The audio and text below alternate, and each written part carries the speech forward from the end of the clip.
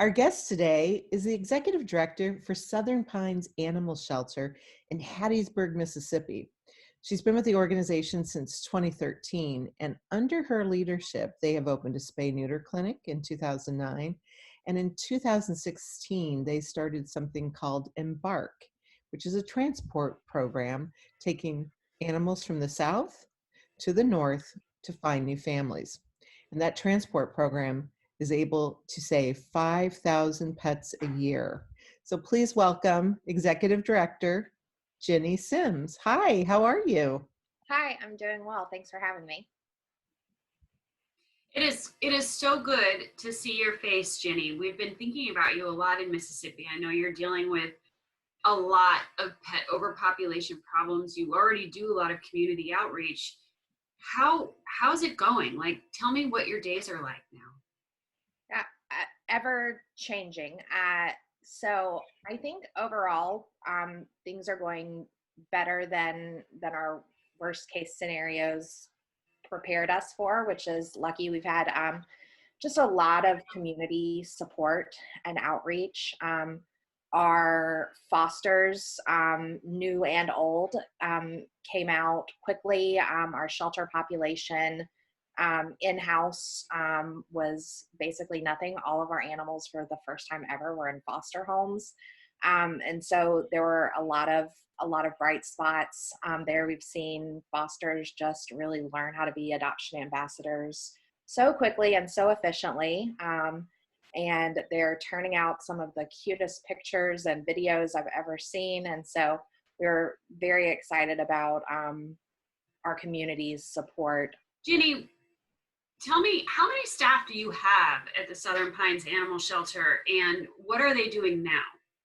Yeah, so we have a staff of 30 people, including management, and we kind of early on split our staff into 3 teams so that we could really try and not only limit exposure of large groups gathering, but also in case any one team got sick, we would still have people on hand to care for the animals. And so a lot of their focus has shifted without so many animals in-house at the shelter. So some of our animals who do remain in the shelter are getting increased time from our behavior staff. They're getting increased enrichment. We've seen a lot of those animals really start to improve in some of the areas where they were challenged before. We have a lot of people putting their resources into helping our fosters become adoption ambassadors. So helping to share materials, helping to market and get the word out about the animals that we do have available. And then a lot of our efforts are going into community counseling as well with people who may think that they have an animal that needs to come into the shelter, but we don't have the ability to take it in right now.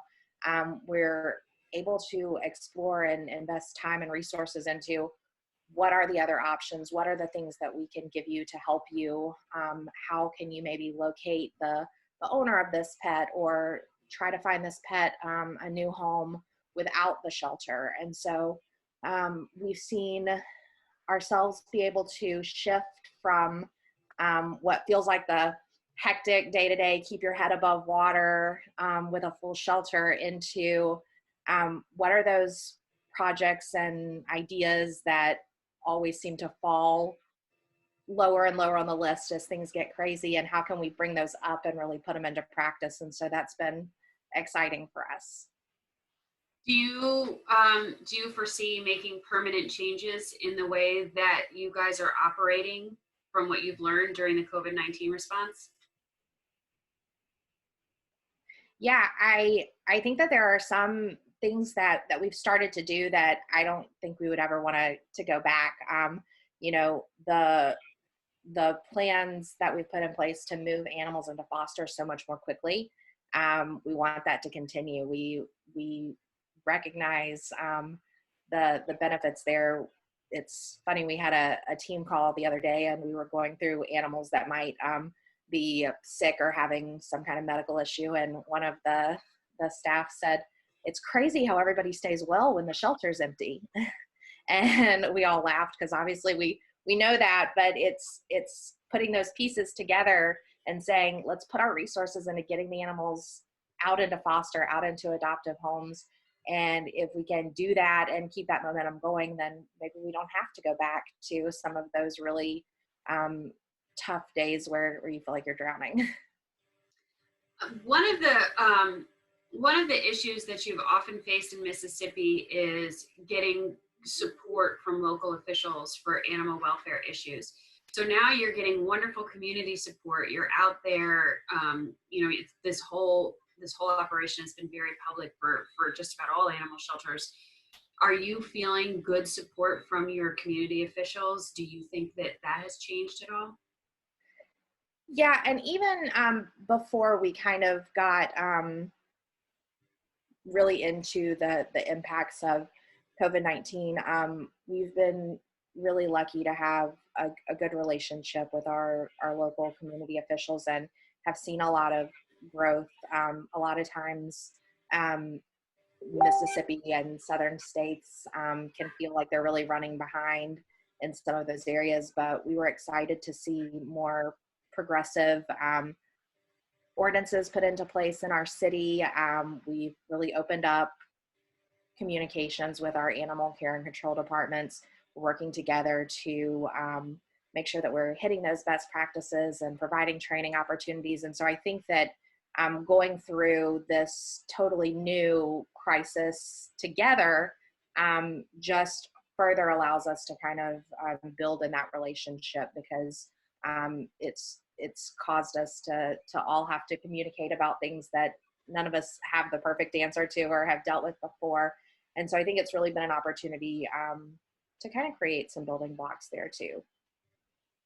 Now, you've started to transport, your stay at home is lifted, you're starting to transport a bit. Do you think that in the next couple of months that you're going to have a significant number of animals coming into the shelter and needing to move out of the state? Tell me about your backlog with fosters or with surrenders. What are your numbers at? Yeah, so for us, and as Catherine mentioned, transport is a huge program for us. So our EMBARK transport program transports about 5,000 animals a year.